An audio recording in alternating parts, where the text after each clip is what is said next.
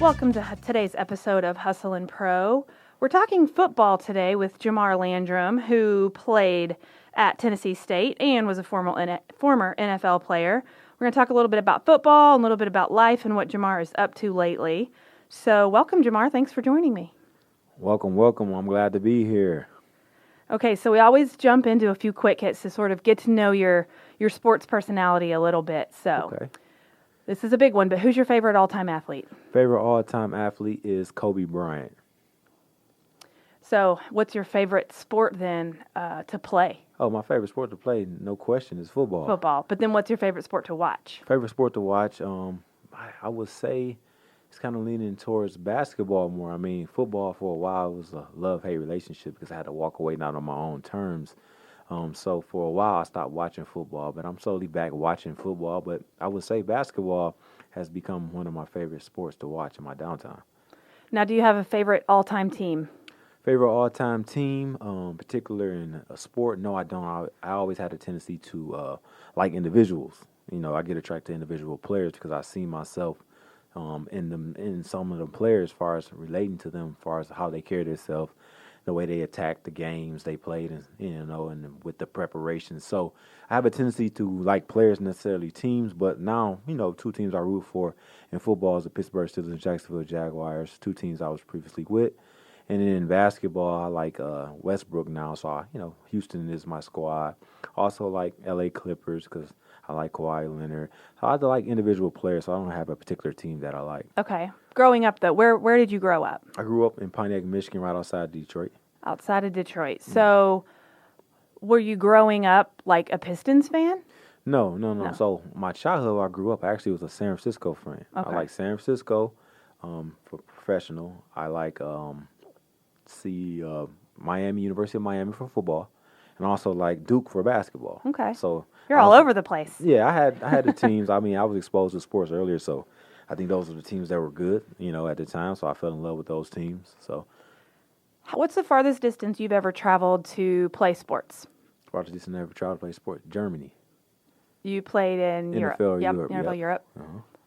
So one other thing, what do you have any superstitions? So like game day superstitions, that's something you have to do to get your mind right or your body right for game day? Yeah, so game day superstitions, what I did was before I went out or whatever I did, I always ran to the opposite end zone and said a quick prayer, and I always was pointing up to the sky and said, "This one's for you, granddad." I lost my granddad at 14. He was, very close to me, was like a father figure to me, and since then, going through that adversity, I use that as motivation to propel me forward and be successful in life and also the sports. So I always dedicate everything I did to him when it came to football. Wow. Okay, let's talk a little bit more about you growing up in sports. Obviously, when I hear that you're a former NFL player, I want to talk about that. But I want to know a little bit before that. Like, what sports shaped you as an athlete besides football, I'm assuming, hoping you played some other sports. And so at what ages were you playing other things, and what were you into? Well, the first sport I actually played was T-ball, baseball, because I was too young to play football. And I got a funny story. So I used to play a game we called Kill 'em, where you have everyone line up and you throw the ball in the air.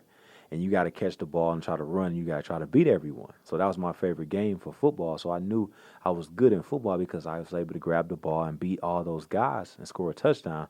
And a lot of times the guys was older than me. My brother was 3 years older than me. I played with, his friends, and maybe the guys a little bit older than him. So very young, I knew that I was good in football. T-ball was the first sport that I actually played. I also played basketball too as well. So football, baseball, and when I got older, I ran track. So football, baseball, and basketball were the sports that shaped me.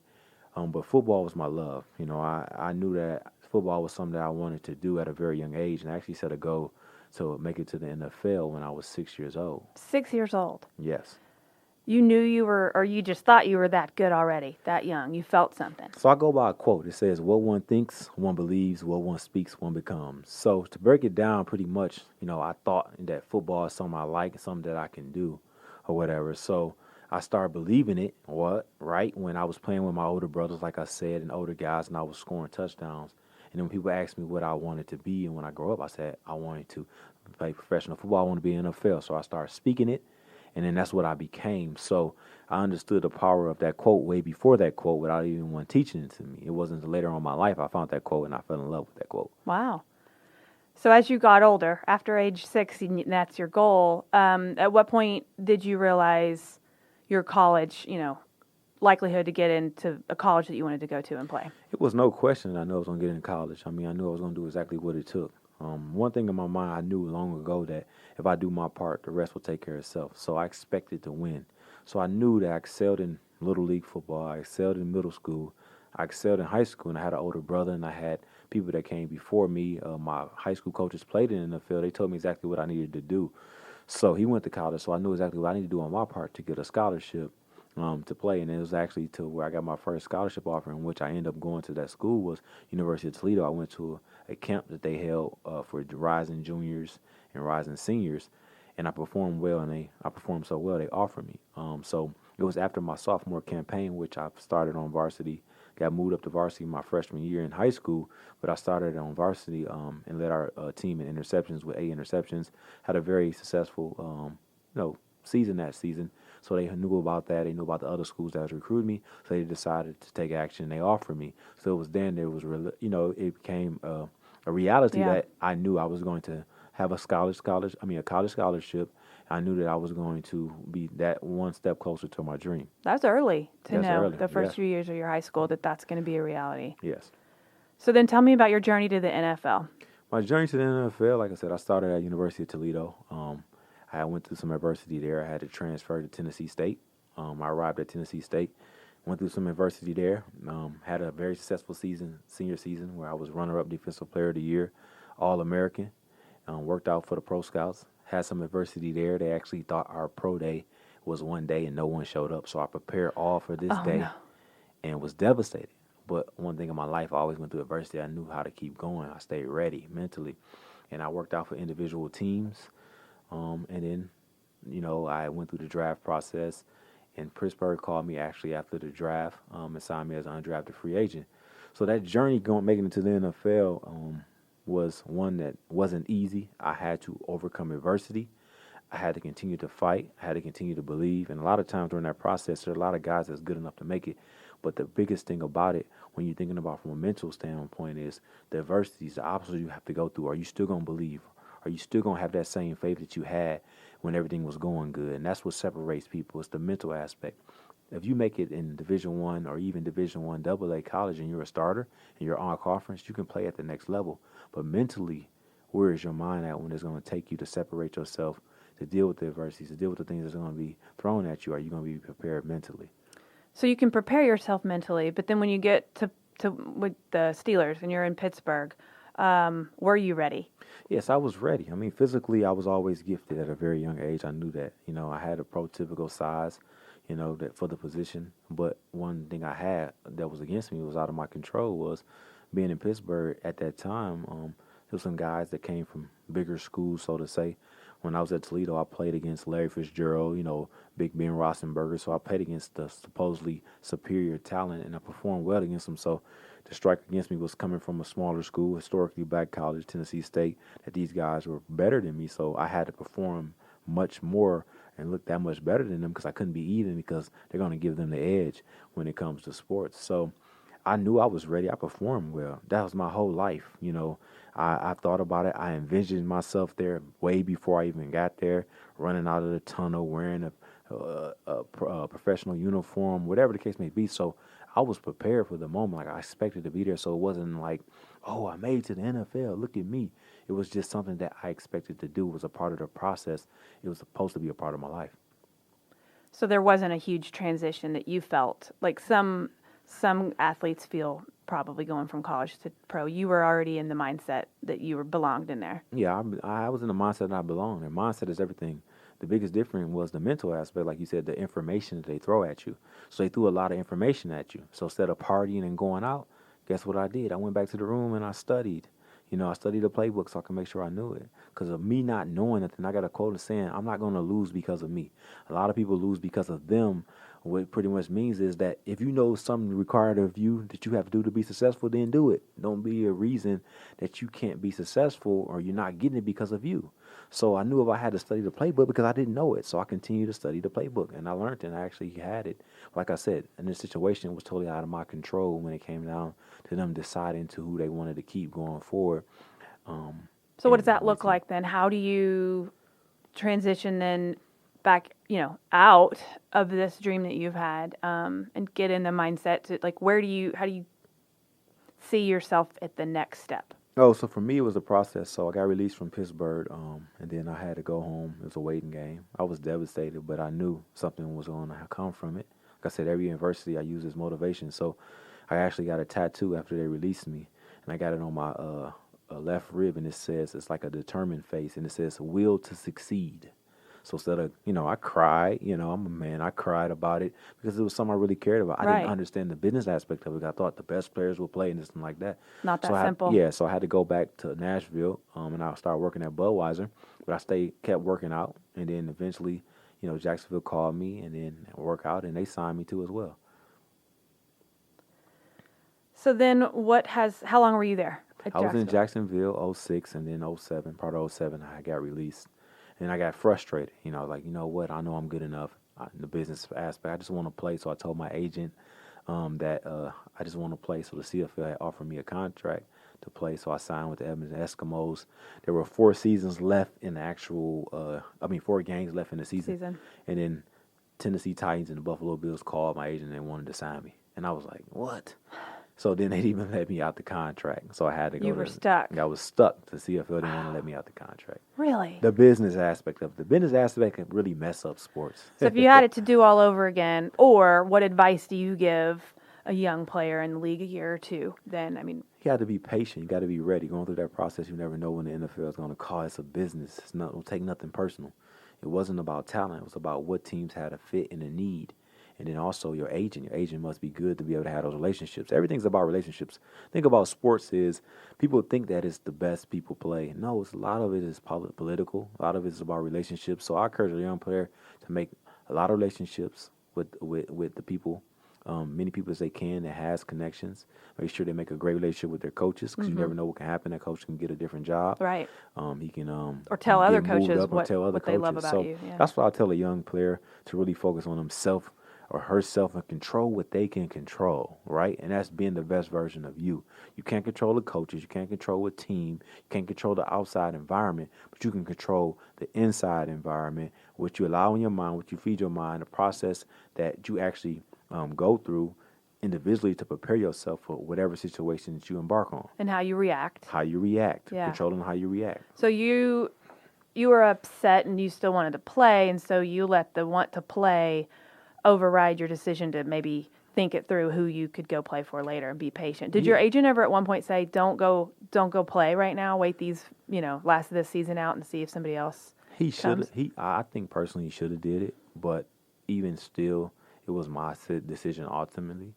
You wanted to play. I wanted to play, man. I knew I can play. I wanted to play, but if I can do it all over again, I really won't change anything because, that me making a decision changed the course of my life. At the same time, I won't be the man I am today, probably. So everything works out how it's supposed to work out. Sure. But, I would have been a lot more patient. I probably would have been more patient and wait to the end of the season, so to say. You just never know. You never know, yeah. You never know when you're in it until you look back and see how things played out. So then that brings us to now. You do a lot of different things. You're an entrepreneur. I know that you like working with kids and helping kids and different things like that. So tell me about some of the things that you're up to these days, especially here. And you guys are a Frisco family, right? Yes. Yeah. So the transition, how I got to now was after I left the CFL, I got married that summer. So I went to CFL, left CFL, and got married that summer. And then 3 months later, my wife got diagnosed with Crohn's disease. So she ended up having to have a foot and half of her small intestine removed. She got down to 79 pounds. She almost died. So I actually had a chance to continue to pursue my dream and play. I signed with a Arena 1 team. They folded, and I ended up signing with Arena 2 team. So when she first got diagnosed with Crohn's disease in October, The season they started January. They gave her some steroids. She was fine. She wanted to do healthy. She didn't want to take all this medication and stuff like that. But when they found it was too far onset. So the steroids, and anything steroids, prednisone, it'll knock out anything. So she was fine for a minute, but it was too far onset, like I said. So she needed to take more of a serious approach to it instead of trying to do it naturally, a more aggressive approach. Okay, so I was going to say, she was a healthy athlete. Well, she right? ran track. Right. She was an athlete, so she, but from a health standpoint, it didn't come on till later because we didn't really know. We wasn't really educated about how important nutrition was. Right, okay. We were told, but we didn't really listen. Okay. And we was eating Burger King and McDonald's before we were going to practice or stuff like that. That's a whole nother podcast we can talk about. Yeah, it's a whole nother podcast, health and wellness podcast, yes. But pretty much from that, and then I got a chance to go sign with the Arena 2 team. I went there, was playing well. My wife got sick in the hospital, and this the time that she really got sick, and this when she got down to 79 pounds. So my agent had a workout with the Tampa Bay Buccaneers. At this time, I wasn't mentally couldn't go. I had to be there with my wife, and that's when I decided to walk away from pursuing my dream and be there for her. So it was devastating. I went through a phase to where mentally, I was depressed because I had to be there for her. I had to walk away my whole life of everything I put to get to this position. And also, as a kid, I always grew up and thought about who my wife was going to be and how I was going to take care of my family. And NFL was going to be the vehicle that I was going to use. So I put everything into it. Right. So when I had to walk away from it, it was hard. It was devastating. But I kept going forward, and I got involved in coaching, right? And I was great at it, but it still wasn't filling that void. And then I later on got introduced to direct sales when I started being an entrepreneur. And that's when I found my purpose. And my purpose in life was to make help individuals become the best version of themselves. So all the way to now, to my several businesses and entrepreneurial spirit that I have, I targeted on back to those kids and helping kids because I know the things that we're facing with as society, but also I understand and know that, far as, we all been blessed with gifts and the ability to be able to do certain things, and a gift to have to be able to relate to the kids and understand and be able to get them to respond by being able to get them to giving them information and then convey it in a way that they can understand and digest it and then apply it. So I understand you've worked that out through a series of 5 different kind of fundamental things, right? So tell me about what that is. We created a program, me and my business partner, we created a program called the F5. All right, so when you think about it, we also have a catchy saying to it, like Nike has, just do it. We have it, just F it. So we knew when you're dealing with kids, it'll be catchy, it'll be something they'll remember, but we're using it for a positive, not F it what you guys think. And that's what I told them. They all started laughing and giggling. They're going to giggle. They're going to giggle and laugh because they're at that age, depending on middle school. High school may not laugh. You may have some people that's immature. And these are foundational F's that they can use. So the first F is faith. When we think about faith, the word faith of a definition is belief, trust, and confidence. And a lot of people right now, especially at that age, these young individuals don't know who they are. They're trying to find and search themselves. So they need to have faith. They need to believe in themselves. They need to have confidence in themselves and trust in themselves that they have all the ability inside of them already to be who they want to be out of this life. So it's a quote that I use with that when I break it down too as well. If there's no enemy, it's an old African proverb quote where it says, if there's no enemy within, then the enemy outside can do you no harm. If there's no enemy within, then the enemy outside can do you no harm. So that's powerful and profound when you think about it. A lot of people struggle because they're not dealing with the things they're battling with internally. So getting these kids at a very early age to understand, to have that confidence, to have that belief in yourself, that you can do the things that you want to do. You can be the person you want to be. Be confident and trust that and believe that. And so that's faith. Yeah, and that enemy within thing is, I think that's important because there are so many kids that I think there's just something boiling up inside them. And it might just be that they're letting it's their own doing or their anger. Mm-hmm. Or some people think it's entitlement, depending on how their attitude is. But that can really devastate you because something boiling up inside you can make you look like a different person to people from the outside. The way you treat people or the way you react or if you're mad all the time or whatever. So I think that's a huge thing for kids to understand that what's inside them and what they allow to be inside them makes a huge impact in their life. Correct. So a lot of times as kids at that age, we look for, when we're trying to find ourselves, we look for our environment. We look for people that surround us, and we try to look for validation outside. And one thing, even as parents, we can't give our kids that fill that void. They have to find that from within and understand and know that what you want to do and what you want to accomplish is going to come from within. And if you can control that, you can be, whatever it is that you want to be. You got to understand that you have a purpose. You've been put here to be greater, and to do more and bring more to humanity and make humanity better. So the second F is food.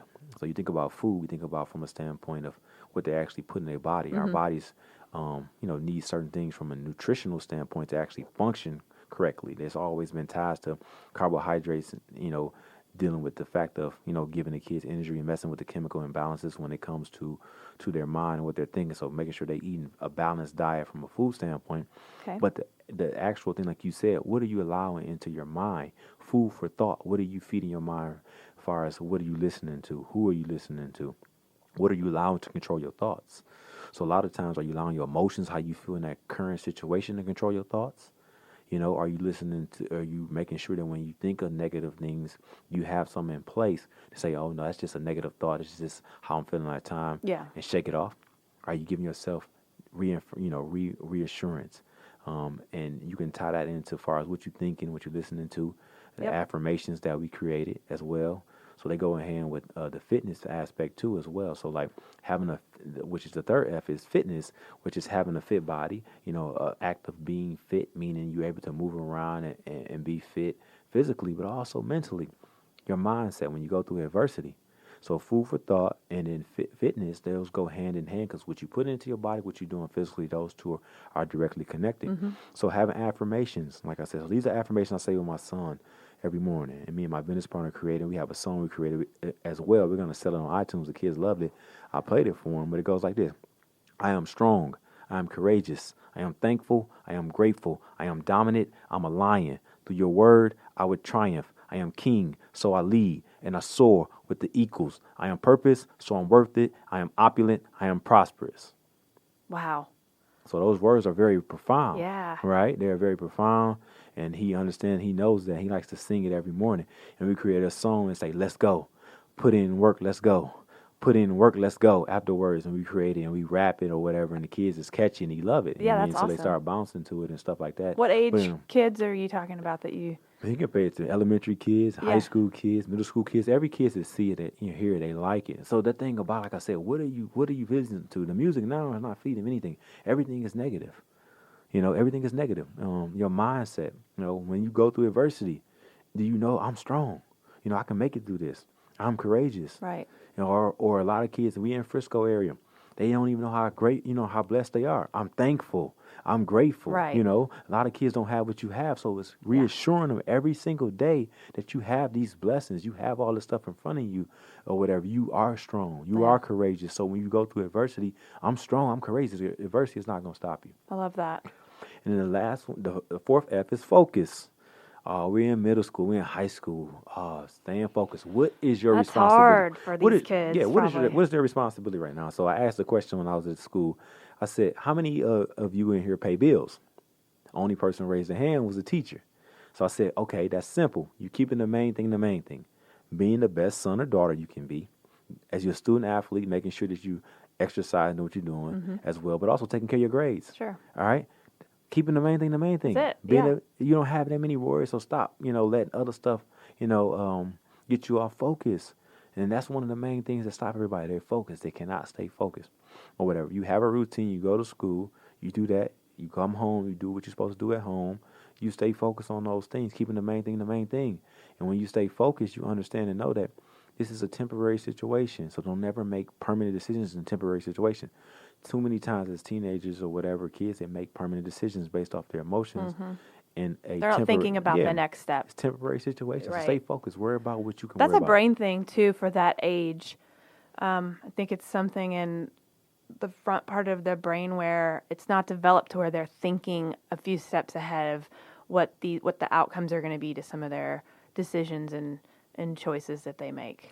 I mean, I think it's our jobs as parents to recognize and realize that we feed into that too. We speak life to them at a very early age. I think every child has the ability to be able to think like that and be like that if the environment is set that way.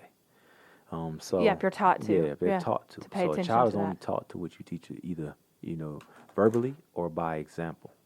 So it's very important for, me as a father, me even going through this process has helped me become a better father because now I'm conscious even more of everything that I'm doing because I believe in leading by example. So it says I can't go Right. around telling these kids to do it, and then I'm not doing it Yeah, myself, and you I have my gotta own kids, and walk the listen, walk. gotta walk the walk, Yeah. so that's that, and then the last F is fellowship. Fellowship is very important because fellowship is who you around, who you hang around. Who's your circle of influence? We know in business that we know the saying that your network will determine your net worth.